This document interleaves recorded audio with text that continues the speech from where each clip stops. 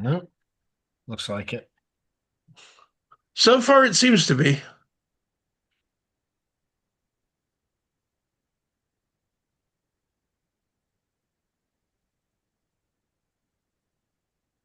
Yeah, I think we're good to go.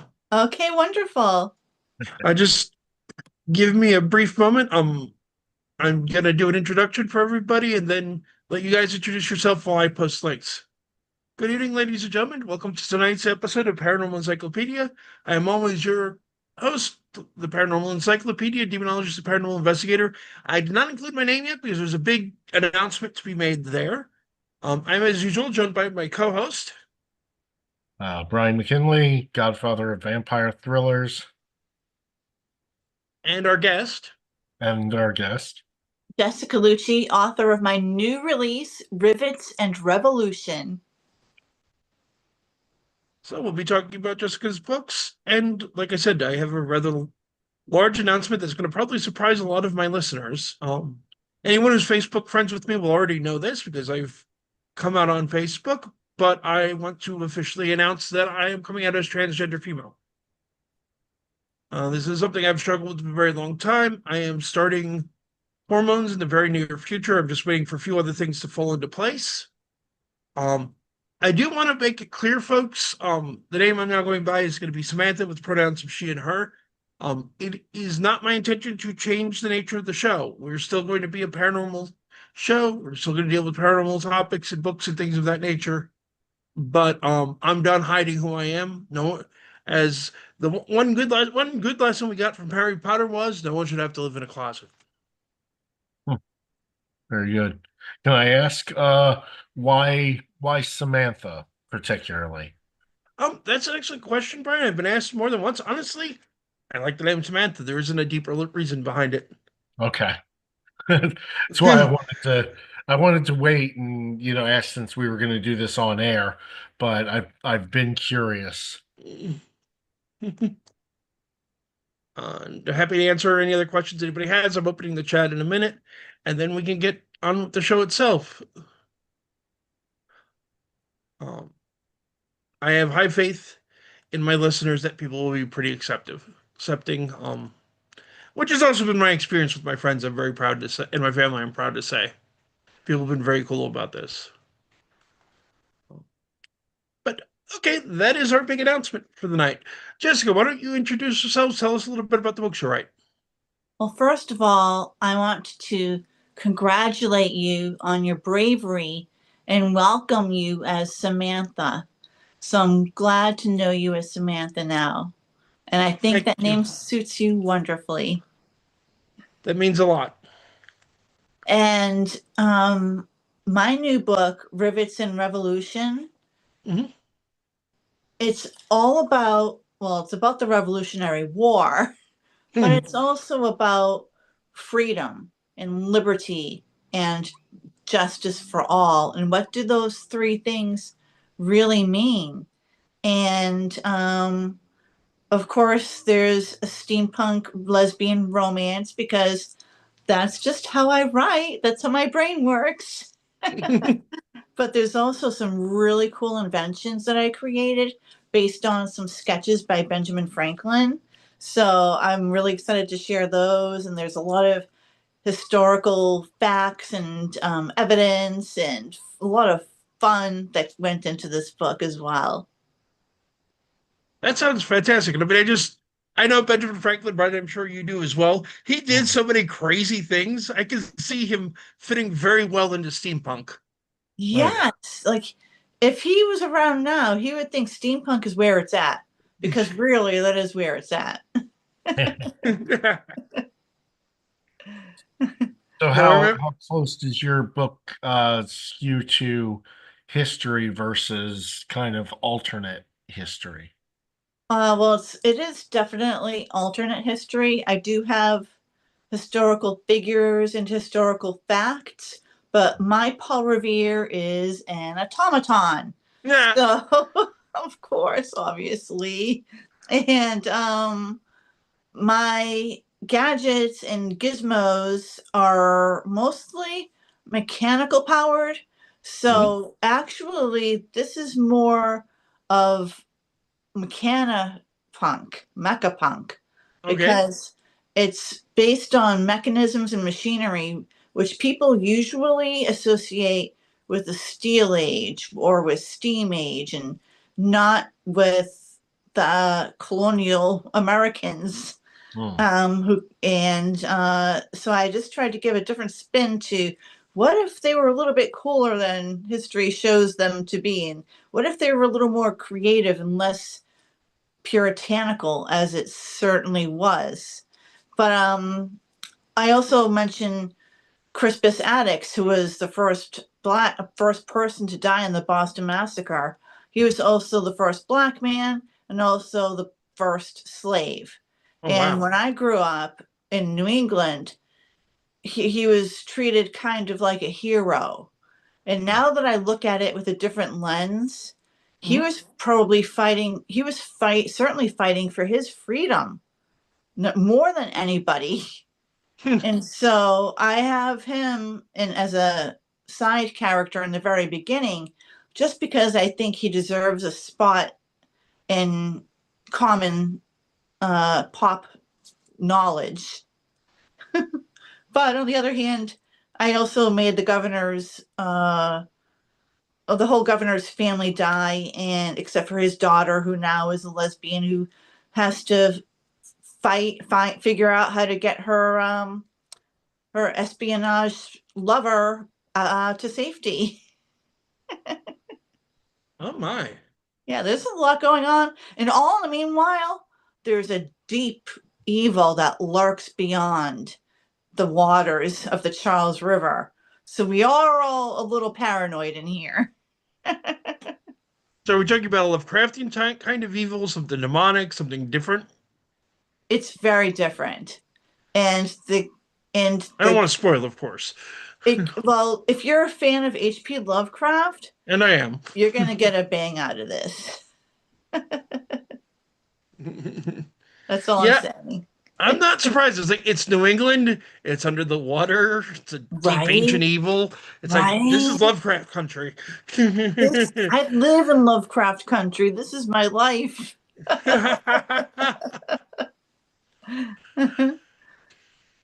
And it's such an interesting. I mean, it's definitely an interesting time period. I always feel like there should be more like fiction set in the colonial era. There's so much possibility. There really is, because their politics then are really similar to what American politics are going through now. And as far as tariffs and people being feeling divided on separate edges of their neighbors, it's and currency and craftsmanship, a lot and trade. There's so much the same. It's like when you are in school and your teacher says, you better learn your history or you're doomed to repeat it. I always Yeah. thought it was just a dig at the Mhm. kids who were flunking out of history class.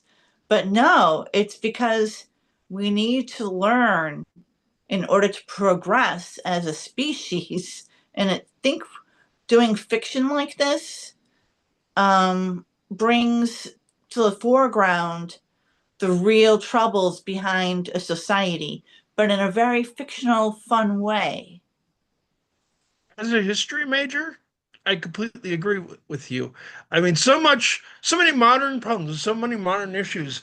It gets so interesting when you look at it from a historical lens.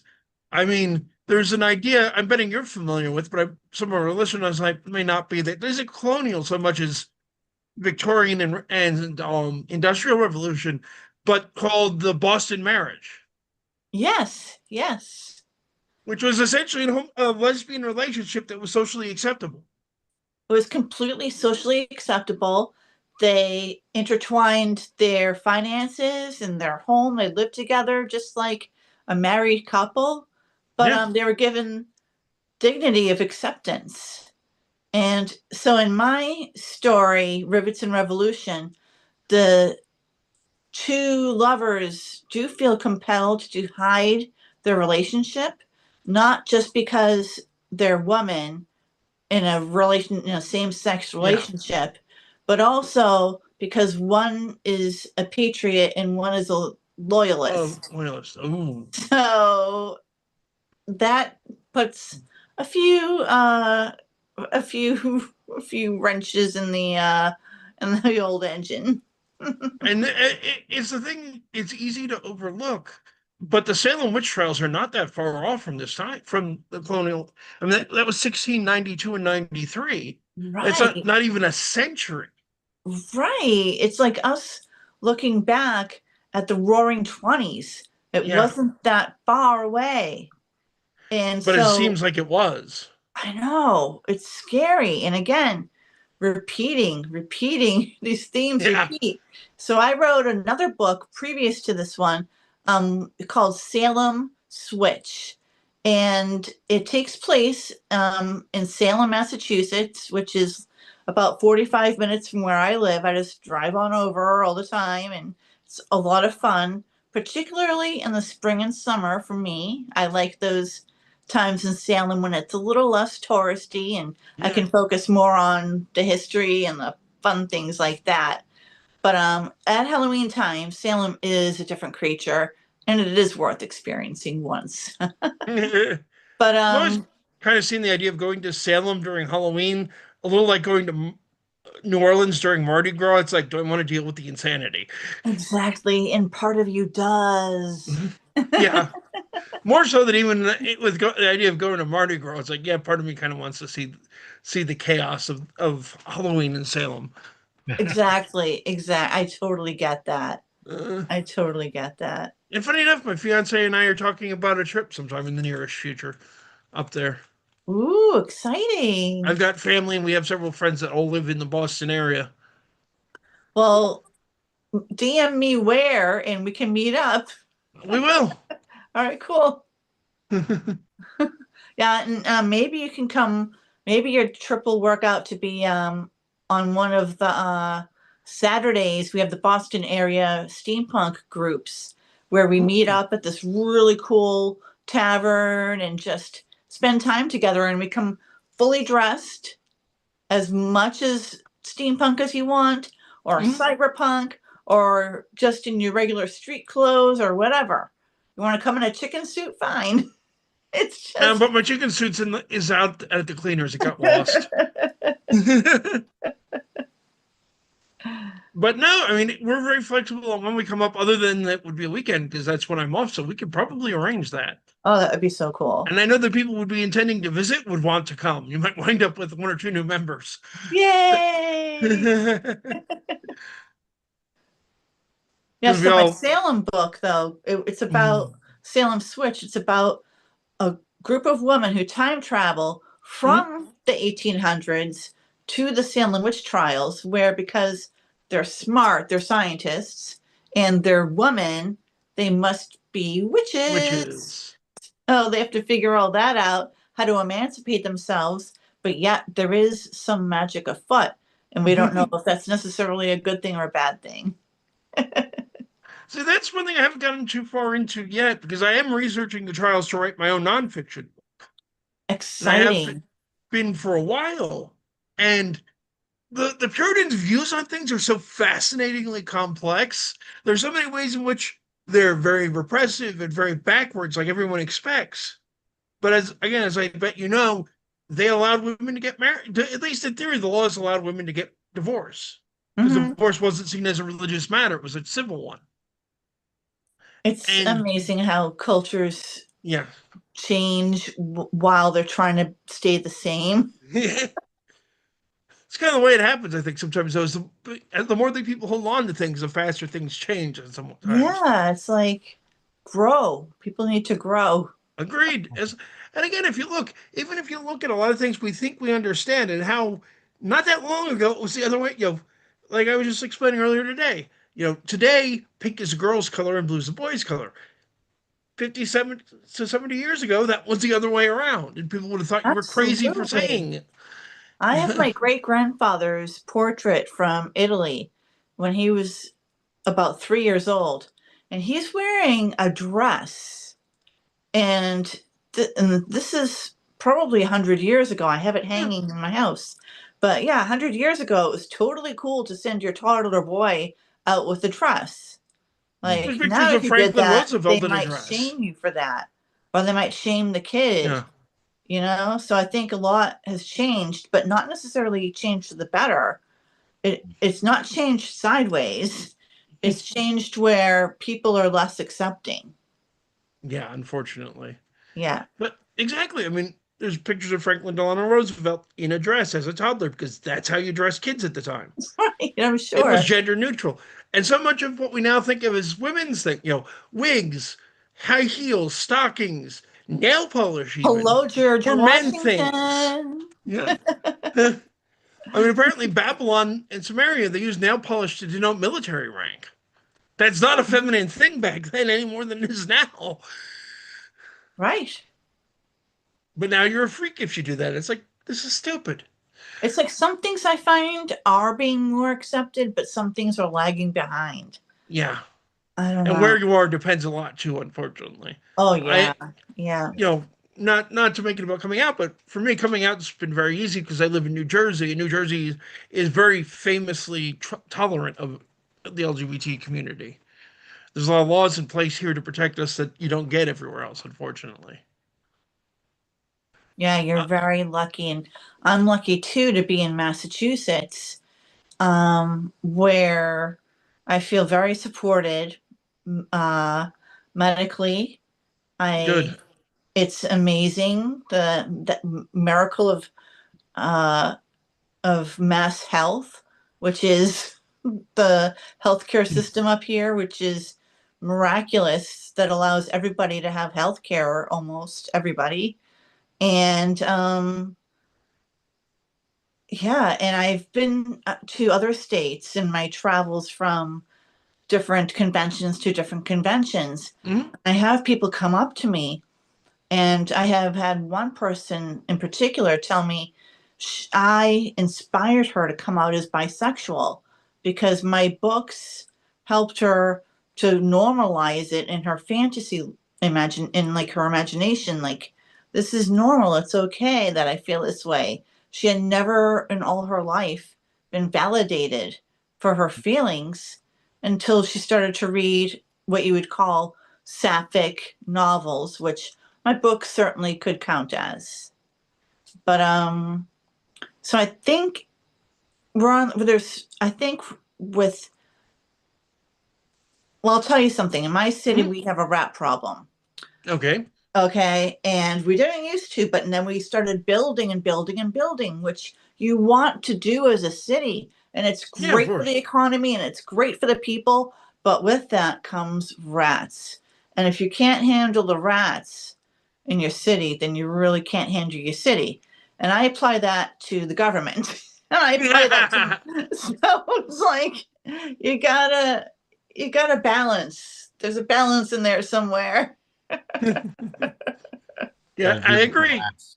Although I think you kind of comparing rats to politicians is kind of insulting to the rats.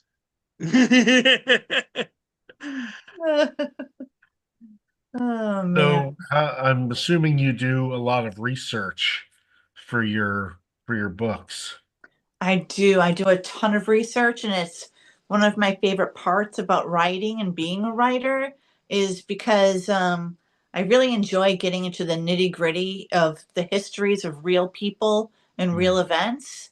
And even though I'm terrible for dates, I'm terrible for remembering Sounds dates of familiar. things. It's awful. It's like an affliction. So, so I remember the stories, but I don't Yeah. necessarily remember the dates and times, and I get things mixed up. But that actually kind of helps me in steampunk because Mhm. everything's on that I write is on a different time equation anyway. So does it So have to happen the same year that did here? exactly, unless I'm being very specific, Hmm. as I was in Rivets and Revolution, where I was writing about the days leading up to the Revolutionary War. Hmm. Yeah. So I had to be more date specific there, but I gave myself wiggle room. So is there any particular favorite part of the history research that you used in the Rivets and Revolution? Yes. So I'm again so lucky to be here in Massachusetts in the heartbeat of America where the revolution started. Yep. and where it might begin again. Wouldn't that be amazing? And and um, I got to go to all these different historic landmarks that I so often take for granted, like the site of the capturing of Paul Revere Hmm. Oh when he wow. ran through the cities and ran through the countryside.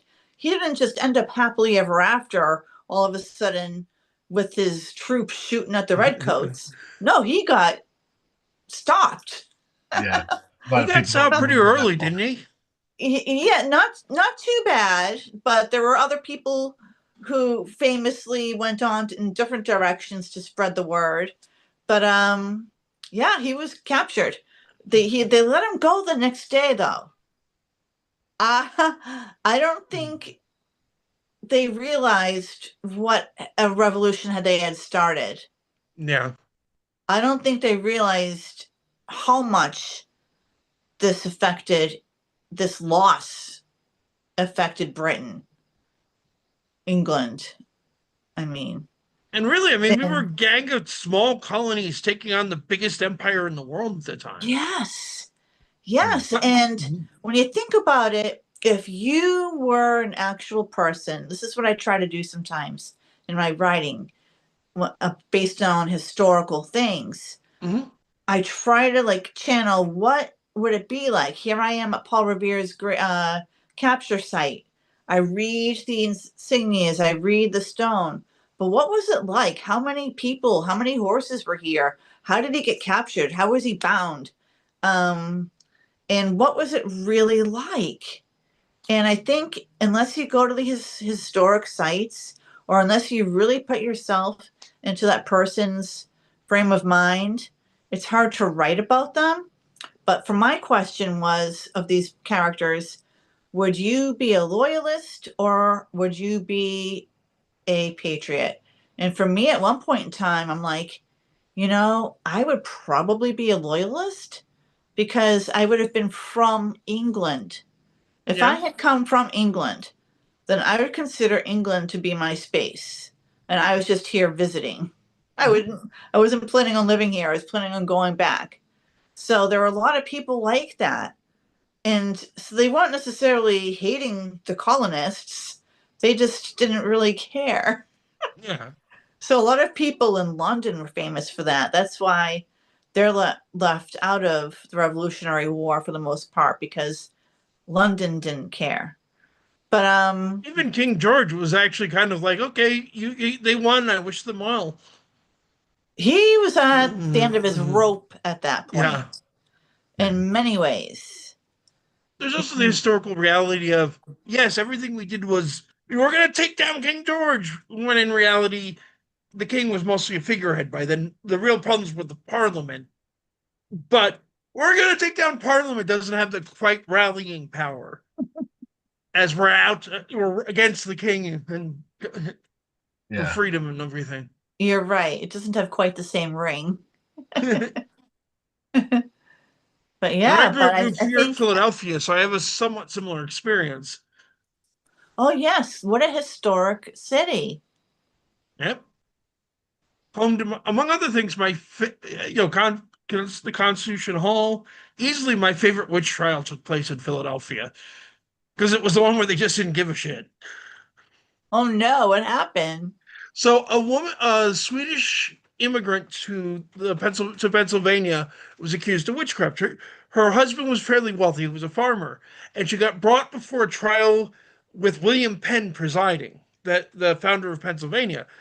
And among other things that happened, they asked her, "Do you fly about on a broomstick at night?" Now, for one reason or another, most likely because being a Swedish immigrant, her English wasn't very good. She says yes. William Penn's response is great, though, because Penn looks at her and goes, "Well, we didn't have a law against flying around on a broomstick." She was essentially found innocent and required to pay what, even for the time and for somebody that wealthy, was a small fine and sent home. Wow. Just because she had a smart aleck answer without meaning to. Yeah. Also, it Like, was can the you imagine Quakers, saying not the that to a Puritans. They were a lot judge? more laid back about that kind of thing. I can't But even imagine the outrage that would be in a courtroom. oh, I can only guess. Just like one of my favorite quotes from Jean d'Arc's trial. They asked her, "What language is the voices you hear speaking?" She looks at them and goes, "A better one than yours." Wow.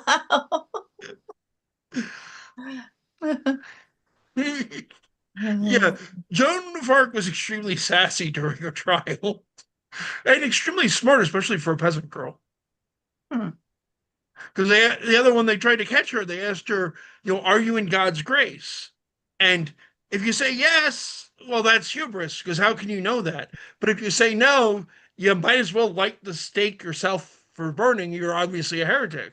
But Ah, instead, she looks at them and goes, "If I am in God's grace, I pray that He keep me there. If I am not in God's grace, I pray that He keeps, He places me there," which is the one good answer. that's the best answer ever for that. That was a theologian's answer to the question. Oh man. I have a great fondness for badass women in history. There's a lot of us. Yes. And particularly associated with the revolution. Oh yeah, which is I got inspiration for my main characters in Rivets and Revolution from various women and various stories and archetypes of people who had spread the word, women who had traveled on horseback or on Mm-hmm. foot. So my main character took those trails and walked those paths, and I think that even though the reader doesn't know what's factual and not factual, the factual stuff that's important comes through. And there's still that suspension of disbelief like, yes, I believe that this mechanical rocking horse inspired machine gets the transportation for the city from point A to point B on these muddy roads. So if you can believe that, then you can believe a little bit of steampunk magic. And there's enough brilliant minds at the time. I mean, Franklin was a genius in so many ways. Mm-hmm. And, Jefferson was incredibly intelligent. These were not stupid men. It's not a Right. stretch to think they might have come up with something even more clever than we know. Mm-hmm. Absolutely. But I'm So, very fond of Franklin. uh, But what kind of a writing process do you have being a fellow author? I'm mhm. gonna ask you a bunch of like writing related questions. Which is Like, good because I So don't know to ask these are types of you an questions. outliner? Are you a discovery writer? How do you go about it? I am an outliner, definitely. I'm a planner. I like to first immerse myself in research. Hmm. Just research, research, research, and then something will stand out to me as being interesting. So I'll learn more about that and think about, oh, this how would this character react to that, and have my characters grow from that. But then once I have an idea in my head of what I want it to be, I get a big poster board and I separate it into 28 spots as you would for the February calendar. And then I get post it notes, and each post it note color means something different, like Oh. uh, interception of something, Mhm. or how is this particular scene relates together. This was in the baby was in here, the baby was in here, the baby's in this scene, here they're grown up, whatever. And but all the colors mean something, and then I stick them onto all the squares, and then I go Mhm. back and look at them, and then I make my outline. Hmm. The Okay, same it's an thing, interesting so it's like approach. I'm building an outline Yeah. visually, and then I can Mhm. write it down manually, and then I write my story um by hand. I just find it's a lot easier for me to get the words out that way rather than typing. And maybe it's because I'm not a phenomenal typer and it's just not my skill. So There's Uh, actually been some studies that like creativity flows more easily to like handwriting I than used to than be part of typing. those studies as a researcher for Oh, early really? childhood Oh, development, and it showed that coloring and all that stuff, you're training your brain at young ages to be just like what we're talking about, to cool. yeah, that the creativity does come from the act of writing. There's something connected there. Hmm. It's so I'm fascinating. learning something new. I did not know Yeah, Yes. about these studies. I'm not surprised, that's but I not didn't know. that's not that dissimilar to how I work. I Now, don't. are you a pantser or a plotter or? Oh, I'm a mix. I Mhm. I write a very detailed outline. I build myself a very detailed outline. I try to work out as many problems and ideas ahead of time as I can. But then once I start actually writing the scene in any given chapter, I kind of let it go where it's going to go, and I sort of discovery write. And if that changes the outline, then I go back and I change the outline and adjust it accordingly. But yeah, I let the story kind of take its shape. That's very similar to me, Hmm. minus the post-it notes. I've never found a lot of use for outlining in high school and college and in college. It's like the bane of my existence to the point often, particularly in high school, I'd write a paper, like at least a rough draft, and then write an outline for what I just wrote to turn Sure, into the teacher. that's legitimate. I Yeah. know a lot of people who did that. For me, learning how to write an outline changed everything for school about me. It helped me see things more clearly. It helped me organize my thoughts.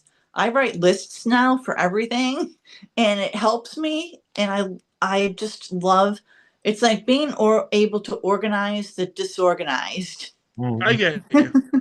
And it's the thing with writing the Salem book is I'm having to do tons and tons of research. So I've got files and I have files to all the different people who were put on trial that I've read through the trial transcripts of, files and all the general notes I'm collecting on witchcraft. Unfortunately, research is also what's bogging me down because, and I think you could probably relate being a research person who's done the trials. Dear God, reading the Puritan justifications, reading Cotton Increase Mather, and it is so self-important and it sounds so much like modern day, the end is nigh preachers. It drives me up the wall. It's revolting. Yeah. And it's sad just because it's like Cotton Mather has many faults, but he was not a stupid man, particularly for his time. And the amount of things he just was willing to accept that don't make, even in the context of his worldview, makes so little sense. Yeah.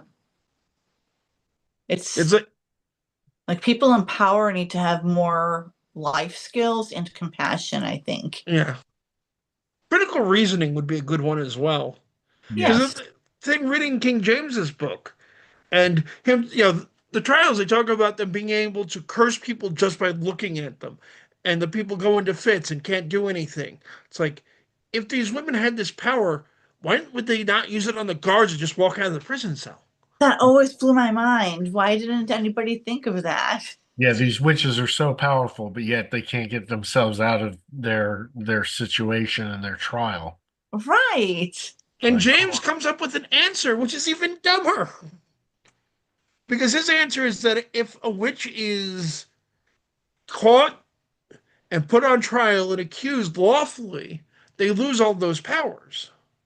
Which What? is which, Powerful law. you know, The power of the because law. well, not just that, because the whole idea that it was a divine judgment and God was Mhm. siding with the Wow. judge, which I get. It's like, okay, I can see that logic out until you're reading the trial transcripts of the girls falling down and having fits in the middle of the trial. It's like by the old that logic, these people aren't the witches. Your mate did something wrong because they shouldn't be able Wow. to do it anymore. Or the classic that they're not supposed to be able to recite the Lord's Prayer properly. And George Burroughs, Reverend Burroughs, during the very last hanging, perfectly reciting the Lord's Prayer, and they still hanged him. It's just, but okay, I'm on a tangent at the moment. I do have a question about research. So, Okay. is there any really neat part of the research you did, either into the Revolution or into Salem or into something else, that you just couldn't find a way to use? Oh, that I couldn't find a way to use. Well, I Mhm. made an invention and Mhm. didn't use it. And I wish I did because it was pretty cool. It was a mechanical, um, kind of like a drone. Okay. All right, but it was mechanical and it was used for people to send each other airmail, so to speak, or to pass notes from across town from one to another. They would set it for on the compass. They would set the dials so it would fit, go to this latitude and longitude to their friend's house, and it would zip away with their mechanical stop magic and deliver these notes. And I was going to use that to have the spies pass messages to each other, but and to have the lovers pass messages to each other. And I never did it. So I'm saving the invention for another story. So Yeah, as I say, I wish I had it in this book, but I couldn't make it fit right. It yeah, just makes so much sense. I mean, Franklin was the first postmaster. This See? is like exactly See? the sort of thing that'd be going on if he could do it. That's what I was doing, but then I'd have to bring Ben Franklin into it, and he didn't really play. He was mentioned, but not really playing a whole role in the Gotcha. story. he's busy in Uh, Philadelphia. Good old Or Ben. France or England, or he was all over the bloody place. And probably shacked up with some woman or other. Yeah. Here's some interesting tidbit that I learned in my research. Mhm. Benjamin Franklin is the first person to bring tofu to America. Really? I did not know that. Yes, he loved it, Huh. and I don't, and he had never heard of anything like having bean curd like that Mhm. before. That was all new to him. So Hmm. he came back and, well, he described it first in letters, and then they figured out how to make it. So they would make it for him. Nice. Again, he is such an insane character. I The know. things he really did, like joining the Hellfire Club in England. It's like, it was a joke more than anything, but technically he engaged in devil worship for a while. And as I understand it, the reason they didn't let him write the Declaration of Independence or the Constitution is they worried he slipped too many jokes into it. Really? Yeah, and particularly dirty jokes. Yes. I I've could heard see that him he doing was that. very, He yes. was a 70-year-old pervert, let's be honest. The one I keep meaning to run down, and you might enjoy it too. So Franklin and John Adams were both ambassadors to France at the same time. They lived together in France, No. and a copy of Adams' diary from the time period is still out there. And it is the perfect combination of, as you know, Ben Franklin was a giant hedonist, Yes. but Adams was a Puritan, was raised Puritan. So, Ben was having the time of his life. John was coming home and finding Ben in the bathtub with a bunch of naked women, Right. and, He's like with cold the and frat miserable, and he boy. wanted to go home. The It's like, bewitched blonde couple. yeah, I was just gonna say you can think of an odd or odd couple. These days, it's on my to-do list along with 50 other things. I want to find them, read them, and create a historical fiction based a lot on history, an odd couple style radio drama of the two of them living together in France. That would be brilliant. Sign me up. I would love to be a background We can talk. I actor. could use the help, and we could use the. Yeah, I have the two radio dramas I've been meaning to do for years. That's one. The other one is a soap opera style radio drama based on Greek mythology. Because Very Zeus and cool. Who He's Sleeping With this week is a soap opera. As Olympus turns. Yeah. Or Days of Our Olympians. Oh Yeah. my gosh. Oh, that's super. Which just reminds me of another off-topic joke, but we should stay focused. We don't have But to stay focused. okay, I'll share the joke at When have least. we ever? So there is a wonderful series here on YouTube called um, Devil's Advocate about the devil's personal secretary. And it's one person playing multiple roles, and at one point hell freezes over. And they're all very confused about why hell, in the first time in all of its history, is frozen. And eventually what they find out is Zeus went through a room full of women, non-binaries, and trans people and didn't hit on anyone.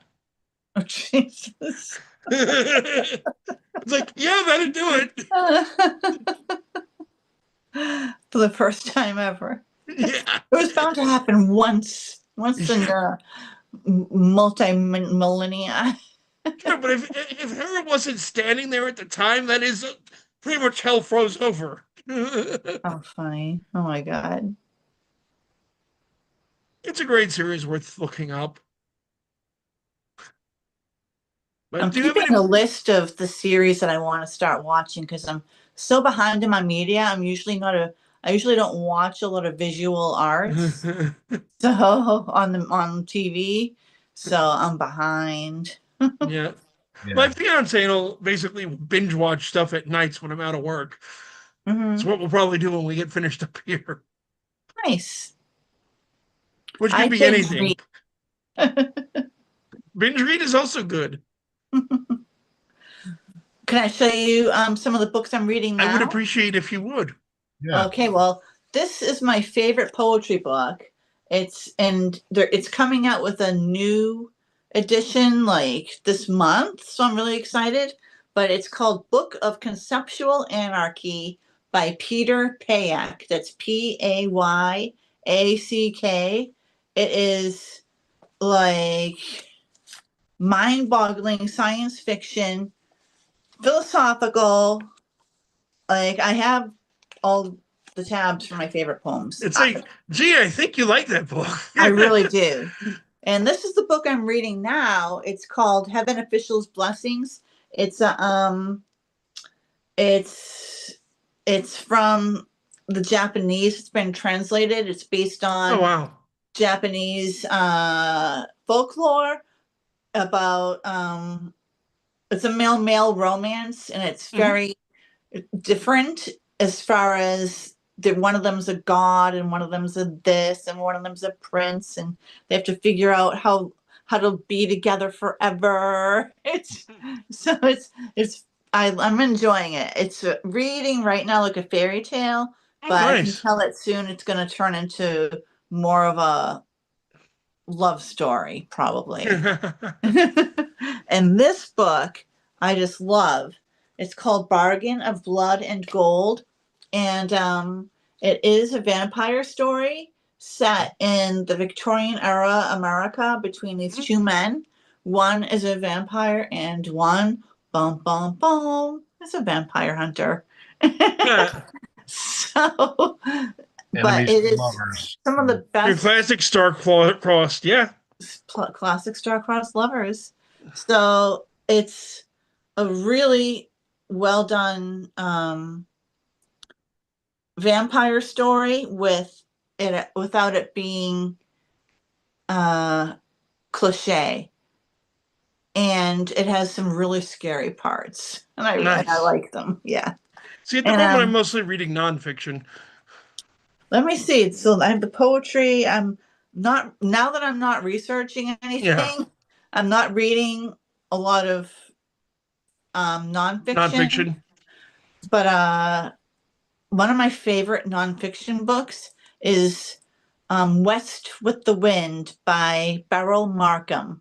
Mm, And she was a woman, like one of those, we were talking earlier about one of those really yeah. badass women who let nothing stop them. Well, she was kind of an Amelia Earhart character. Oh, She wow. she flew her planes all around the savannas of Africa. She flew from England to Nova Scotia. She was amazing, and she raised horses. She lived in with where there were tigers. It was amazing, Oh, and wow.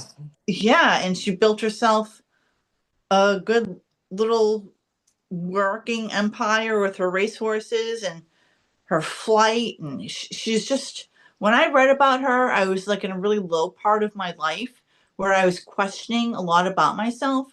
And I read this book and I'm like, wow, there's a whole lot more out there for me. There's a whole lot more adventure left. It This is really just the is. beginning. Yeah. I will say, the two books I've been in recently are, one is a book called God's Monsters by Esther Hamori, which is a biblical, I mean, she's a biblical scholar. She knows what she's talking about angels and seraphim and cherubim and Satan, and how the Bible actually describes these beings and how much Yes, it's darker and more horrifying. twisted they are. Whew, It's it like, will give you the chills. it's a fantastic book. I recommend it. I want to run this lady down and try and get her on the show just because she seems very. She knows what she's talking about. She references everything. And I mean, she's very much a scholar. I mean, she teaches at a Union Theological Seminary as a Oh, professor of wow. Hebrew Bible. So she knows her subject, but she's also laced with pop culture references, and it's very readable to someone who isn't a scholar. The I other one like that. I that's appreciate that when the author or the narrator isn't talking down to you, but Yeah, they're also being, they're not talking up to you, where it's at a level where there's like a respect for the reader. yeah, very much the case. And the other one I was going to suggest, which is a book by a curator of the British Museum called Irving Finkel, called First Ghosts. So Finkel is an expert on cuneiform, like one of the top experts the British Museum has, I believe. Wow. And First Ghosts is about Sumerian and Babylonian ghost stories, some of the oldest records of ghosts in the world. What a So that great concept. I've already reached out to him for an interview. I haven't heard back. I need to try again because Yeah. I this guy is really neat. He also got what might be the world's first board game back into the modern world. Um, or at least the oldest one we still play, I should say, which is from Babylon. Like it's called the Royal Game of Ur, and it is a board game they would find in graves and tombs in the city of Ur, Huh. some of the oldest cities we know of. But while they found the board, they found the pieces, they found the things they used as dice. They didn't find nobody wrote the rules down. And then Oh. after being fascinated by this game for decades, he first heard about it as a kid. He found a tablet from the first century BC in the British Museum that had the rules. And then it gets Wow. even funnier because later he's looking through pictures of this Jewish community living in India that was part of the diaspora. So they fled Israel in around 70 AD, and they've been playing the board game for thousands of years. Wow. I love that, how art and creativity Yeah. passes on history for all that time. Yeah, Yeah. Wow. this game may have been played for like the last 4,000 years of human history continuously. It's insane. Wow. I love that. That makes me Yeah. so happy. You can see it's like this guy.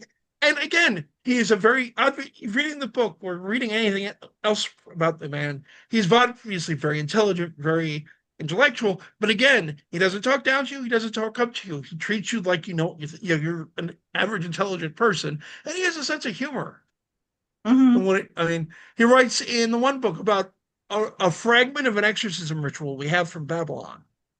The only thing we really know for sure about it is that it's meant to cast out angry spirits, and that involves a glass of donkey urine. Ooh.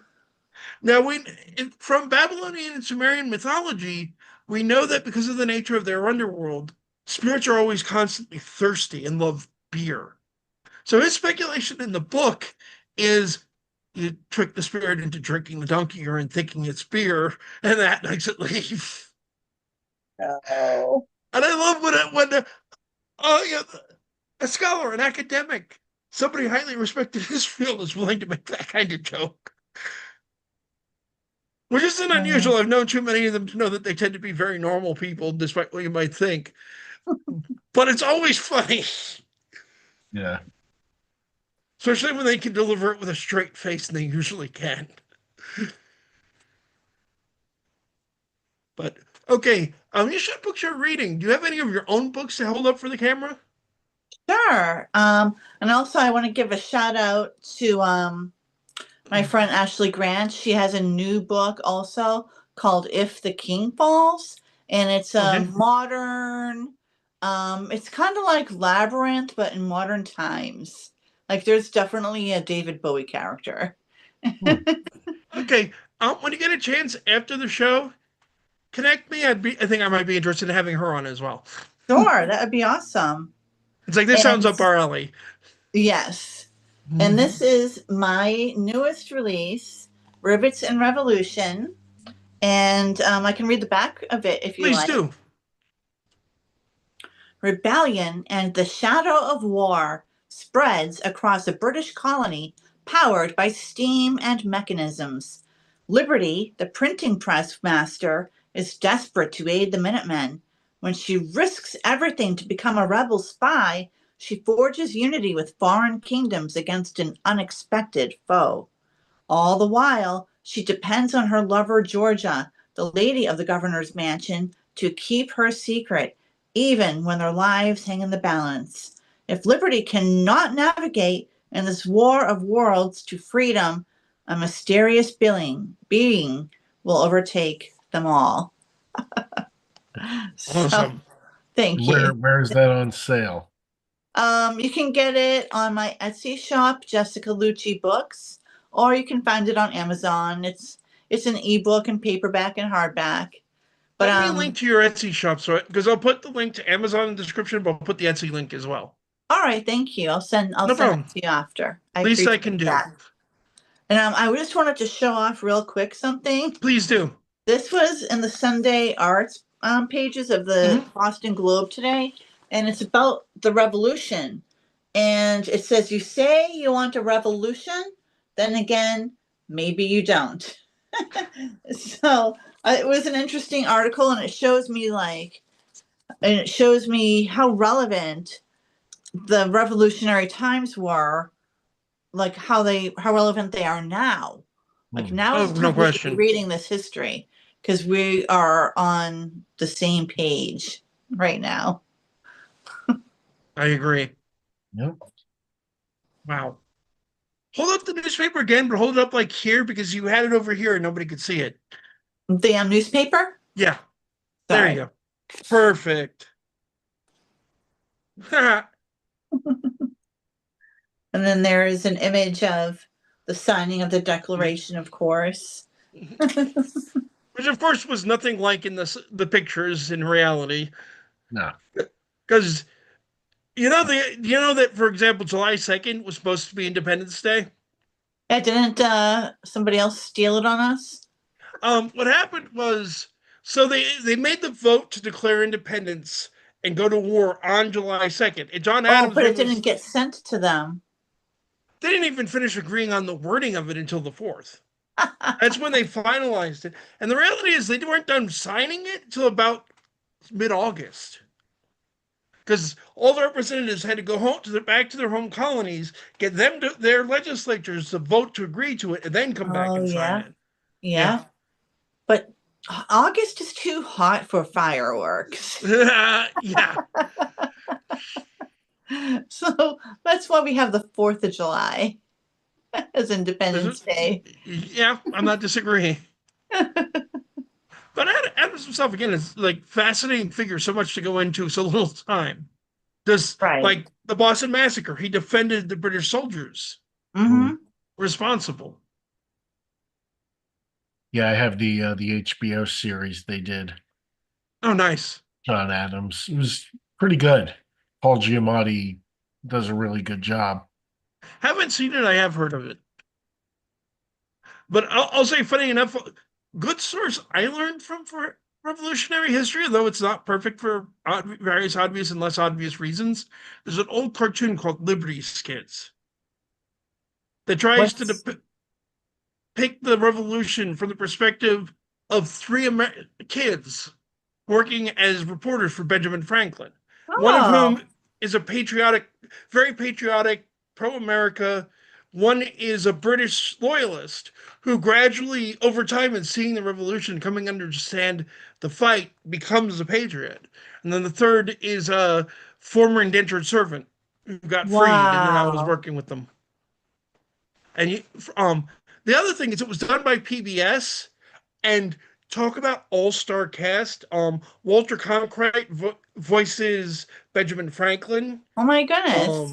Dustin Hoffman does a brilliant job of voicing Benedict Arnold How and did I showing miss that. this in my childhood? And this was like 80s, and it was the 90s specifically when it Oh, came out. yeah. Arnold Schwarzenegger is Baron von Steuben. It's like I'm just seeing all these famous, Paul Revere is I can't think of his name. The other, Ben Affleck? no, like the guy from Rambo and Sylvester Stallone. Oh, yeah. Ah, It's like, when you can just picture what somebody looks like and think of everything about Yes. them except their name. I'm And they're terrible all at actor clearly, names. so am I, but they're all clearly having so much fun doing it. It's a wonderful series if you can find it. I'm And the gonna history check is that good. out. They go into, I mean, it's for little kids. So they go softer on some aspects of things, but not as much as you think. I mean, they get into the reality of slavery and the British saying, hey, if you sign up for our army, we'll free you, Right.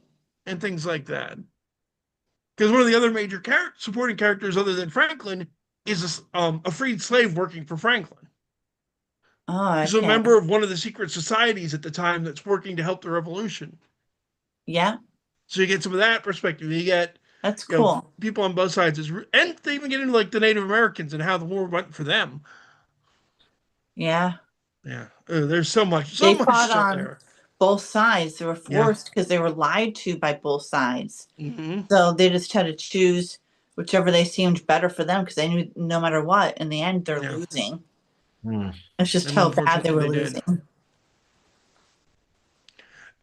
Man, it impresses me that they took it as they were able to deal with as serious subjects as they did. I mean, even at the end, when the war is over and they win, they deal with, yeah, the next episode after the end of the war isn't about the Constitution. It's about the lawsuits by soldiers who didn't get the pay they were promised, Oh, yes.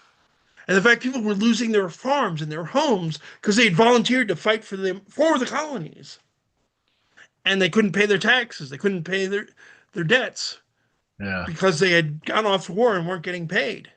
What a terrible way to pay vets or to treat Yeah, vets. Hmm. Yeah. yeah. Then again, payment for soldiers is a big, I'm sure you know, was a big problem during the Revolution, leading to one of the most important battles in history, the Revolutionary history that happened right near where I grew up, which is the Battle of Trenton. Yes. And it was basically a beer run. A It sounds, beer run. yes, because here's the thing that happened. A big form of payment for soldiers at the time was with every day they'd get a cup of whiskey Hmm. and they'd get beer and alcohol. And a big problem they had is one of the big sources of alcohol in the colonies, which was Franklin.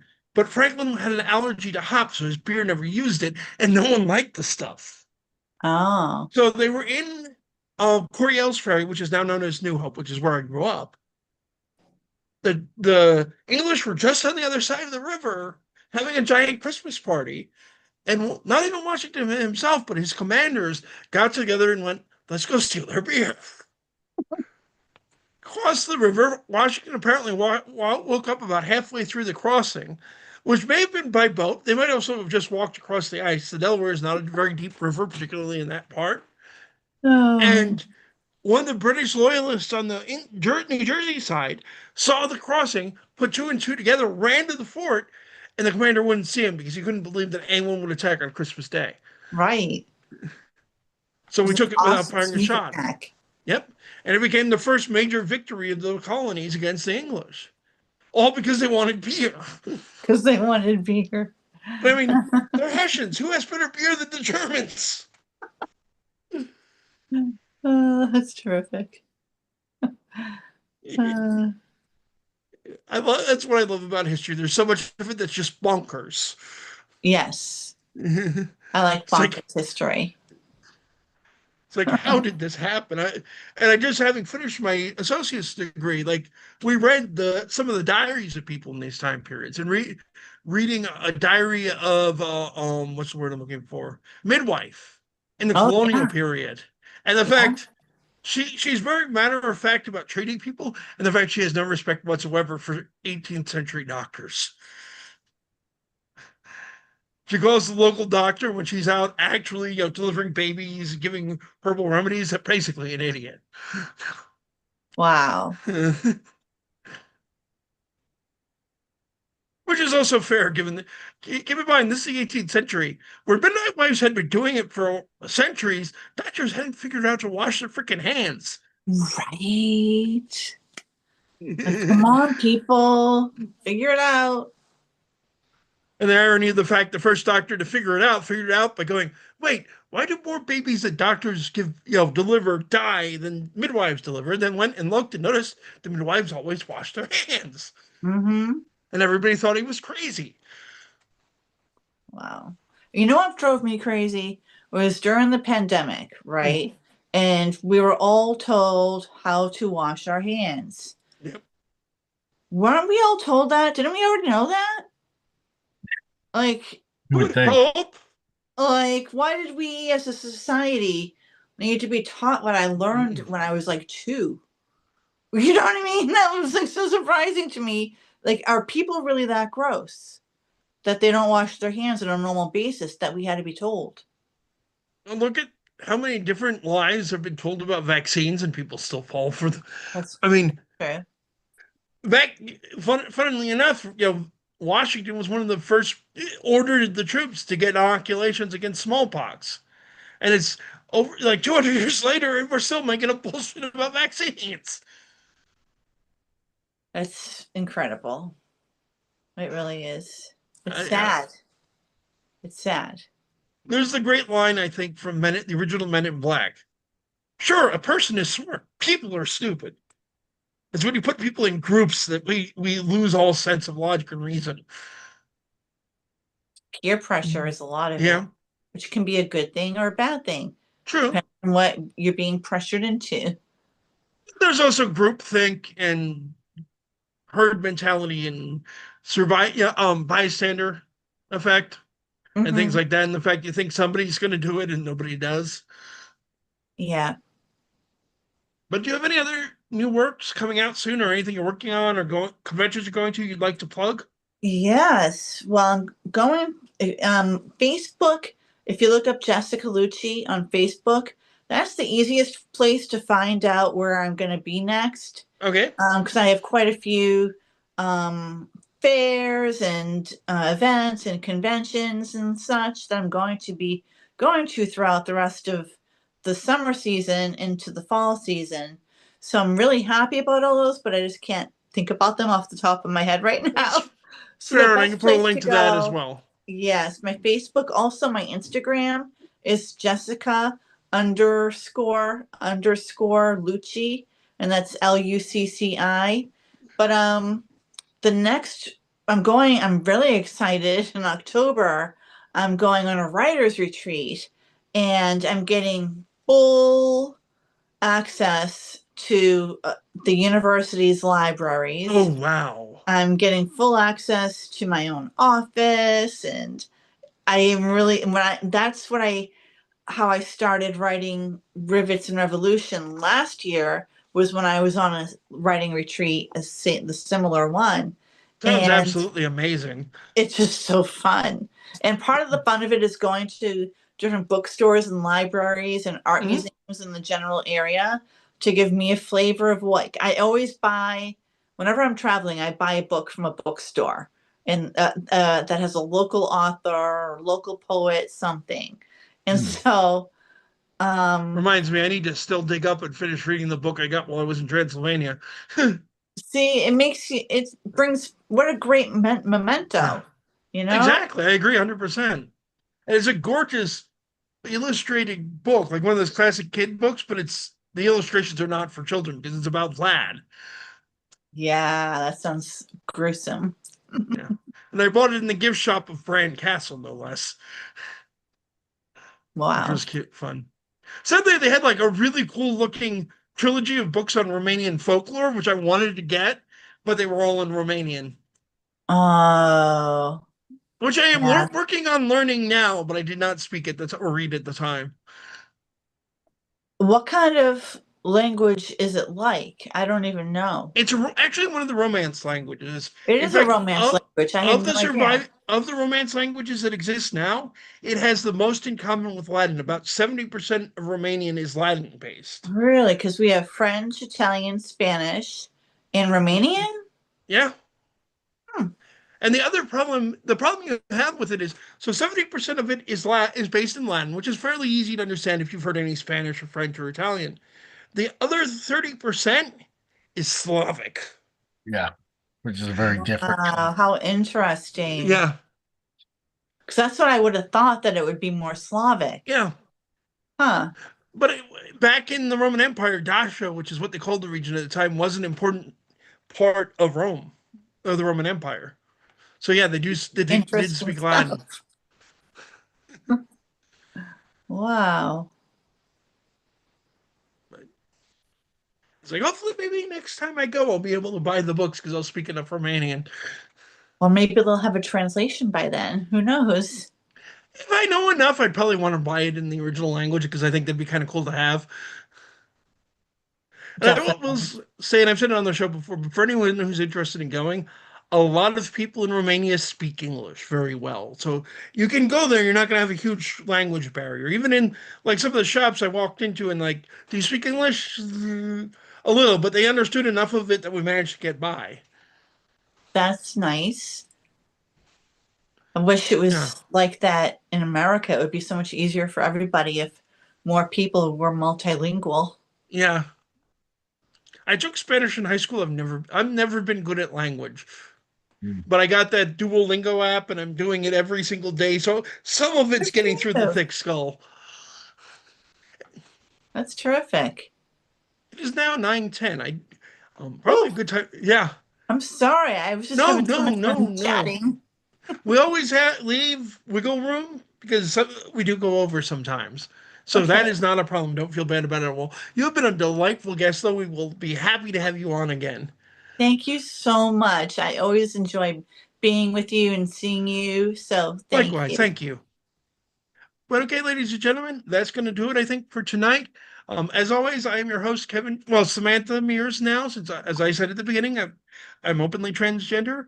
I want to wish everyone good night and God bless, and we'll see you next week. Brian This is Brian McKinley saying, keep your fangs sharp. and Jessica, if you want to say any last words, I want to say again how welcome I want to make you feel, Samantha, and how thank you. honored I am to be on your show as Samantha. And yeah, you're the first guest, the first time I've Yes. announced it. Thank you for coming. Thank You're you for welcome. being a wonderful person. It's been a delight. Good All night, right. everybody. Thanks. Brian and Jessica, if you want to hang on a second, I'm just going to disconnect.